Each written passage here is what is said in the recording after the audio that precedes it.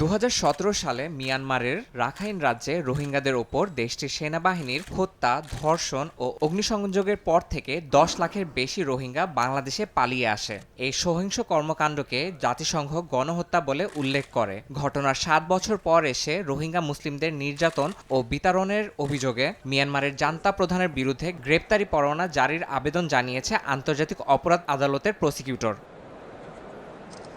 যদিও মিয়ানমার আইসিসির সদস্য রাষ্ট্র নয়, তবে ২০১৮ এবং ১৯ সালে আন্তর্জাতিক অপরাধ আদালত জানায় যে বাংলাদেশে সংঘটিত অপরাধের কারণে আইসিসির এ বিষয়ে হস্তক্ষেপের অধিকার রয়েছে। এরপর রোহিঙ্গা নিপীড়নের তদন্ত শুরু হয়। এটি প্রথমবার মিয়ানমারের কোনো উচ্চ পর্যায়ের কর্মকর্তার বিরুদ্ধে গ্রেপ্তারি পরোয়ানার আবেদন।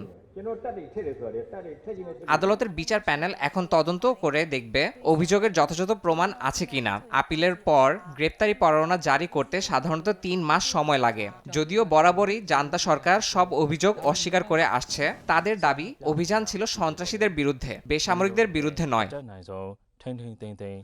বিচারকরা গ্রেপ্তারি পরোয়ানার অনুমোদন দিলে এটি মানবাধিকার লঙ্ঘনের বিরুদ্ধে একটি বড় পদক্ষেপ হিসাবে বিবেচনা হবে। আইসিসি প্রসিকিউটরদের কার্যালয় জানিয়েছে ভবিষ্যতে আরও কর্মকর্তার বিরুদ্ধে একই ধরনের পদক্ষেপ নেওয়া হবে। ইয়াসিন মোহাম্মদ জিসান, সময় সংবাদ।